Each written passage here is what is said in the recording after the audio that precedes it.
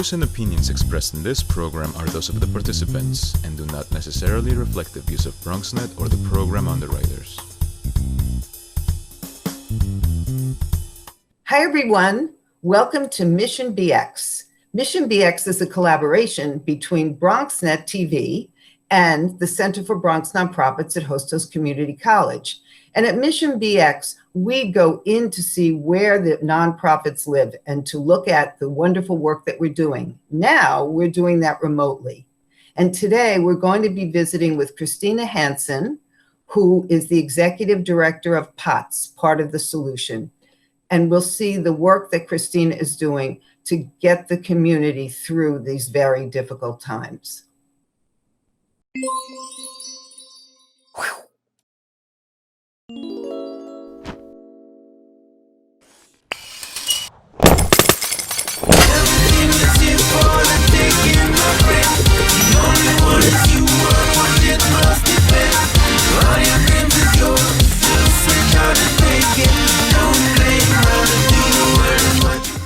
Hi, everyone. Welcome to Mission BX. And today we're at POTS, part of the solution, with the executive director, Christina Hanson, who, while many of us have been quarantined at home, hasn't quite been quarantined at home. Some of you might remember Christina because she's been on another one of our shows. So Christina, thank you so much for doing this. I know that you have a lot going on. So thank you, Eileen, for having us. You're welcome. So can you just tell us a little bit about so that we can give our audience a background to the pre-COVID POTS, what POTS does and background material about how it started or whatever you want to tell us about POTS. Absolutely. So POTS was founded in 1982 as a soup kitchen, but a place where people could gather together to eat and know each other, and just a space for people who are on the street and didn't have anywhere else to go. Over the years, we've been very responsive to community need, and we've expanded in a lot of ways into other services. And we now consider ourselves a one-stop shop for low-income individuals and families in the Bronx. And while we started as a service primarily to homeless Bronxites, now the vast majority of those we served are housed, but are struggling because they're low income. We provide a broad range of services in order to meet the multifaceted needs of somebody who's facing poverty. Those include a soup kitchen, a food pantry. We also have a shower, mail, haircut, and clothing program for those who need those services. And then we have case management to access public benefits and other advice and referral services. And we have a legal team that helps prevent evictions. And our newest programs are employment, so we help people access employment, and comprehensive case management, which is a long-term program to help people meet their goals, a mentorship program to help people meet their goals around finances or housing or health. You know, it's interesting because I'm seeing more and more that organizations that started in one way, like your own, have become almost settlement houses in terms of all kinds of services and serving many more people than they used to serve, because the needs are so great and different and yet the same also. So for an organization like yours, COVID was, I'm sure, a big blow in a lot of ways, including figuring out what exactly you were going to do. So are you most of the people on remote who are working there, or how did you figure out what the steps were going to be? Yeah, through the month of March, we started having a lot of meetings where we were prospectively thinking about what are we going to do if this happens? What are we going to do if that happens? We sort of got a little bit of an early warning because very close to us in the Bronx, one of our volunteer groups was from a high school that was affected extremely early on. And so it was a jolt to say, okay, we have to start thinking about this. They canceled, and we started having volunteer groups canceling. Volunteers were disappearing left and right. And so it was, are we going to be allowed to stay open? We didn't know that at first. And then if we are staying open, what is it that we can do? It immediately became clear that food was an essential service in our community. People were losing their jobs at a rapid rate, and staying open was, as the common word, essential. And so that was going to happen, but we needed to figure out how to do so safely. As I mentioned earlier on, our dining room is really a place where people can come to be together and share a meal. Obviously, with the new COVID restrictions, that kind of time together over food is no longer allowed. So we very quickly switched to a grab and go model, providing food to go. And then we also very early on switched from our food pantry as a supermarket style, as many are, allowing people to choose what they want to eat based on various food groups, but our space does not allow for social distancing. So we've been pre-packing bags of meals to hand out at the door. So it was immediately important to figure out how are we going to provide these services outside the building. Not letting people in seemed like the safest way to keep both staff and our clients safe. The only programs we had to give up completely were our shower program and our haircut program. We couldn't find a way to do those according to the guidelines available. But we have continued distributing mail at the door. So clients who use our mail services, and there are quite a number who were getting their stimulus checks sent to us and so on. So it's been a very important lifeline for many for us to continue the mail program. And all the rest of our services went remote. So all of our case managers, our lawyers, our comprehensive case managers, all of those people are working from home and doing the work over the phone, which was definitely a learning experience because, again, even though it's not a place where you break bread, our case managers also have a very personalized approach with clients. And so learning how to gain trust and provide quality services when you can't see each other was certainly something new. And I'm sure that there were technology issues because I know that this has come up about kids and families when somebody's working and needs the computer and the kids needed to do their schoolwork. So I would imagine that some of your clients don't have technology that's going to be the easiest to work with if in fact they have technology. Yes, that's correct. That has come up quite a bit. In fact, we have several clients who have multiple children in the New York City public school system who are living in homeless shelters. They did not have that kind of technology. Maybe one member of the household had a smartphone, but really nothing else. Right. And the school did eventually provide tablets. Some people knew how to use them. Some people have been unable to. The other day we had a client who was finishing up he just finished his first semester of community college, but he couldn't turn in his final assignment because he didn't have a computer. So we eventually found a way for him to get access to a computer to turn into the assignment, but that one little thing, just the ability to hit send, was the only thing he needed the computer for, and he was completely stymied. So technology issues have been great. The other area where we've seen it is especially with older folks or people who just aren't familiar with using technology, managing the unemployment insurance application process and SNAP application process has gone entirely online. And so there's people either had to learn really quickly or our case managers in some case very slowly walked people through it, sharing screenshots, talking through what the various fields should be and how to answer questions.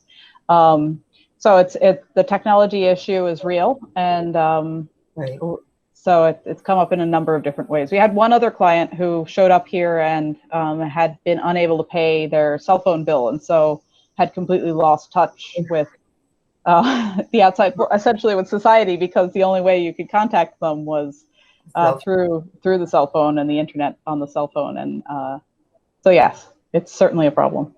And I'm sure all of these things are things that you hadn't been thinking about before this because they won't come up in the same way.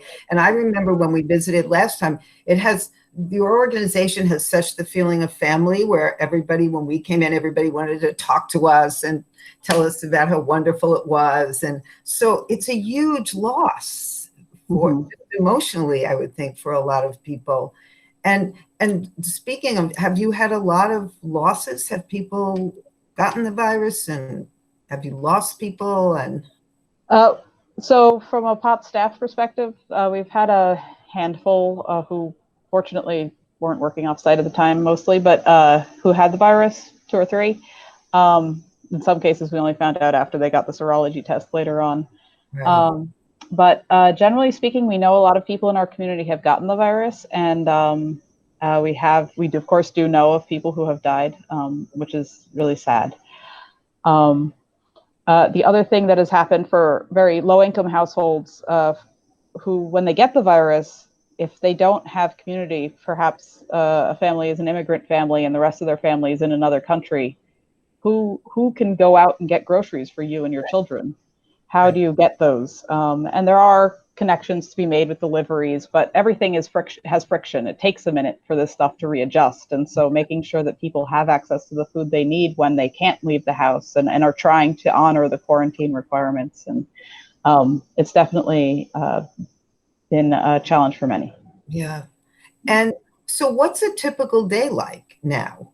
Because I remember a typical day and there were tons of people coming to get food and sitting and eating. So what does it feel like? And are you there every day? You're not there every day, right? No, so our decision was to have people only to be on site if they absolutely have to be. Staff members can transmit coronavirus just as much as anybody coming in from the outside. So I've been in when I have to. There are still things that I have to do in the office, and I come in from time to time. But we have staff here every single day serving, well, not every single day, Monday through Saturday, serving lunch, and in the morning they do pantry. People come, they line up outside. We have staff members who work outside to get information on who the client is, send that information inside to somebody working at a computer to figure out, all the details we need to figure out for data keeping and so on.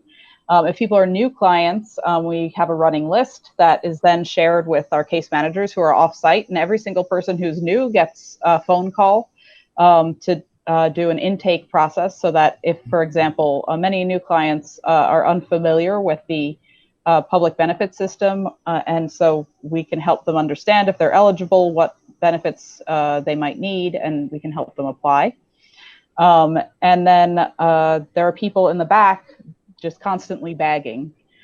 So putting together the meals and the bags that we then hand out to the community. We went from serving, at the beginning, it actually slowed down slightly because people were quarantining. We were serving about 18,000 meals a week through our pantry at the beginning, and it's gone up to a peak of 58,000 a week. So we've had an incredible increase in the number of people coming. At some times we used to serve about 75 a day, and it's routinely around 200. It's starting to slow down again a bit, so it's dipping below 200 again. But there was a couple weeks where we were regularly seeing 250 people each morning, and that, think about that, it's 3 people in the household and so on, and each person gets 9 meals. So it was really an incredible increase, and it was almost breathtaking. Yeah. So we have to take a little break, and then I want to come back and talk to you about partnerships and who you might be working with now, or who you might have been working with before, or new partnerships. Great. So we'll be right back, everybody. Cloth face coverings can be fashioned from household items or made at home from common materials at low cost. These coverings can be used as an additional voluntary public health measure. To make your own face mask, gather the following materials: 2 10 by 6 inch rectangles of cotton fabric, 2 6-inch pieces of elastic, a needle and thread, scissors, and if possible, a sewing machine. Ready? Let's begin. Step 1. Cut out 2 10 by 6 inch rectangles of cotton fabric. Step 2. Fold over the long sides a 1/4 inch and hem. Then, fold the double layer of fabric over 1/2 inch along the short sides and stitch down. Step 3. For the ear loops, run a 6-inch length of wide elastic through the wider hem on each side of the mask. Tie the ends tight. If you don't have elastic, use hair ties, elastic headbands, or string. Step 4. Gently pull on the elastic so that the knots are tucked inside the hem. Gather the sides of the mask on the elastic and adjust so that the mask fits your face. Grab your face mask or cloth face coverings before heading out for essential tasks to protect yourselves and others and stop the spread. Visit cdc.gov for more information.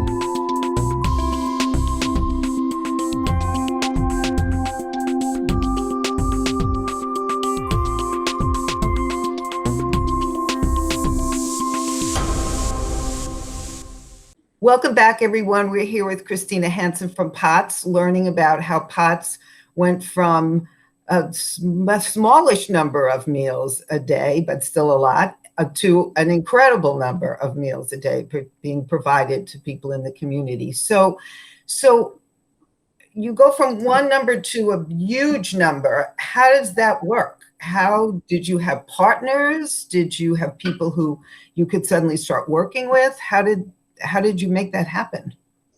So there were a couple different ways.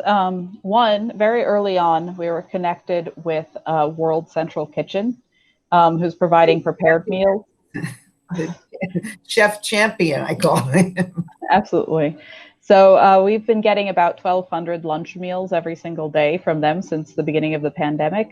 They come like clockwork at 11 o'clock in the morning, and we can distribute those directly to the community, which has meant that we don't have to focus so much time on actually cooking. We have a full kitchen, but it has allowed us to reallocate our staff to being focused on the work around pantry distribution. And so that's really been an amazing partnership. And then City Harvest has stepped up its deliveries. We receive a lot more donated food. Quite a number of pantries in the Bronx shut down because of the pandemic. And so I think some of that extra food, this is just me guessing, but is coming in our direction, and we're able to get that out. And then recently we received the Nourish New York program is provided a large grant to several pantries throughout New York City. That allows us to purchase fresh produce, milk, and eggs from New York state farmers.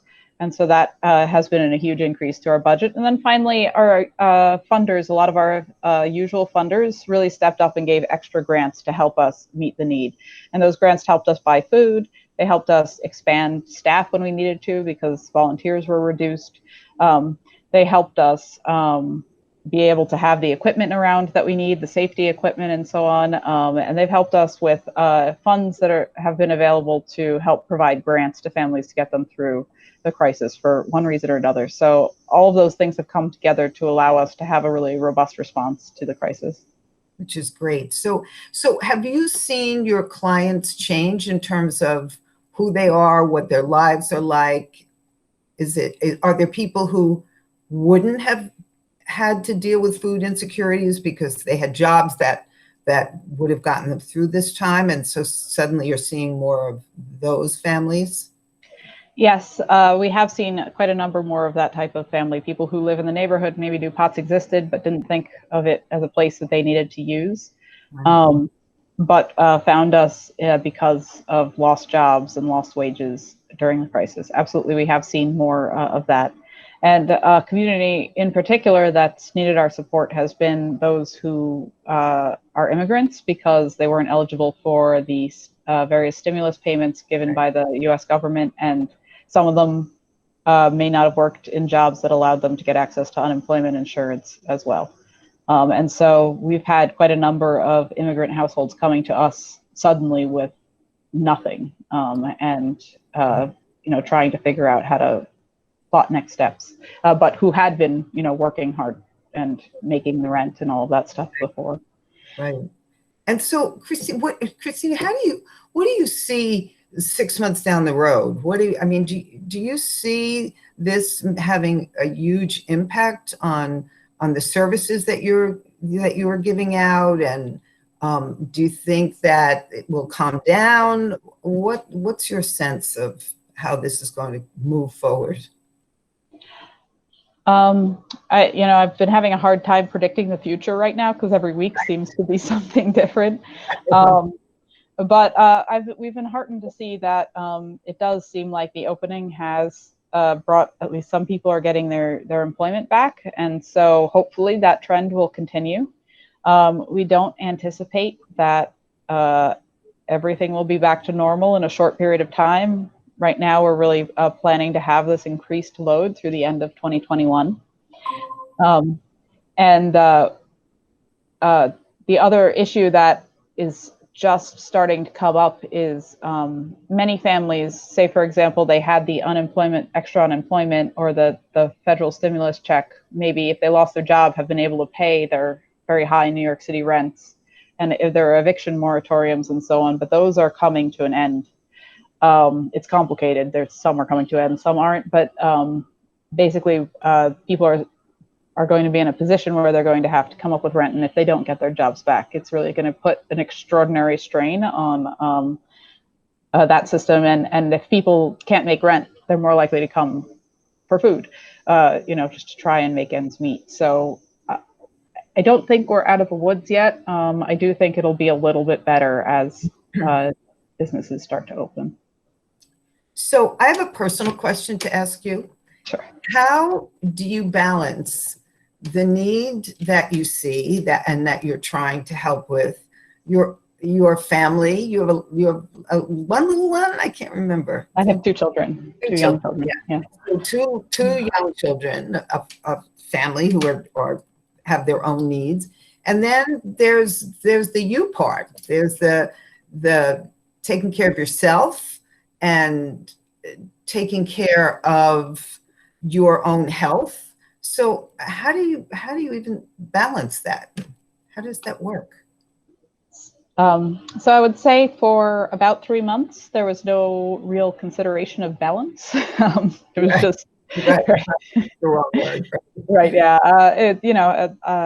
I have a daughter in kindergarten and I have an 18-month-old. I've been fortunate to be able to make use of the emergency childcare centers, but also having to help the kindergartner learn has been, a new experience. But yeah, no, I'm looking forward to a vacation next week, and hopefully things will start to calm down soon. Right. So is that a going away vacation to somewhere or just? Yeah, we'll be camping on Eastern Long Island. It's funny because what they say is that camping is one of the best vacations for people to take now because it's safe. You can socially distance, and so that makes a big difference. And so I'm glad you're getting that opportunity. And the other question I have is, and this is for people who may be watching, what do you need? What can people hear about what you're doing, they're moved to try to help. What do you need if anybody wants to do something to help you? Absolutely. So we've had an incredible outpouring of support from the community, Bronxites, as well as people from outside the Bronx. And financial support is obviously the easiest for us to transform into programs. Right. But we also have had groups collect PPE on our behalf that we distribute to the community. We have groups that collect or have just donated hand sanitizer. We're trying to make sure that those types of products are available along with our pantry distributions. Recently, we had a wonderful donation of things like diapers and formula. So all of these types of other disposables that people need in their lives are very helpful if donating goods is a preference. Our clothing program is closed at the moment because of social distancing. So that's not so useful right now. But that's basically it might be later in the fall or as we get towards winter. So absolutely. Something, and we have the information that we can put up so that people will know how to get to you if they can do that. So I can't tell you how what's the word how moved I am and how just how in awe of the work that you do every day. And I remember meeting your staff and they were so upbeat and so caring and loving. And so thank you so much for everything you do. And it was great to see you again and have a terrific time. And I wish you only the most beautiful weather when you get away and enjoy every minute. And thanks for letting us spend time with you. Thank you. Bye. Bye. When taking public transportation, don't touch your phone. Carry hand sanitizer and use it immediately upon leaving the bus or train. Avoid touching your face. If someone is coughing or sneezing, move away. Wash your hands with soap and water as soon as possible. Limit contact with poles. If possible, avoid rush hour. Don't eat or drink on public transportation. Keep your bag off the floor or other surfaces. Avoid directly touching turnstiles. Stay up to date with the latest from your local health department and CDC.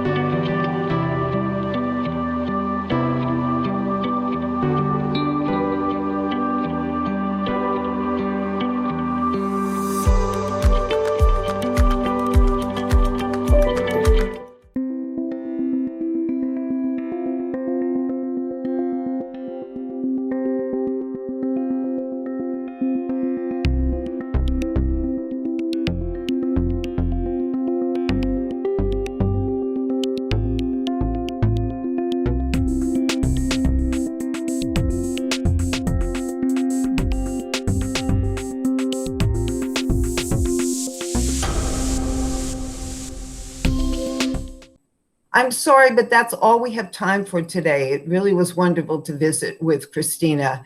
And if you missed part of the show or want to see it again, you can go to bronxnet.tv and click on Mission BX.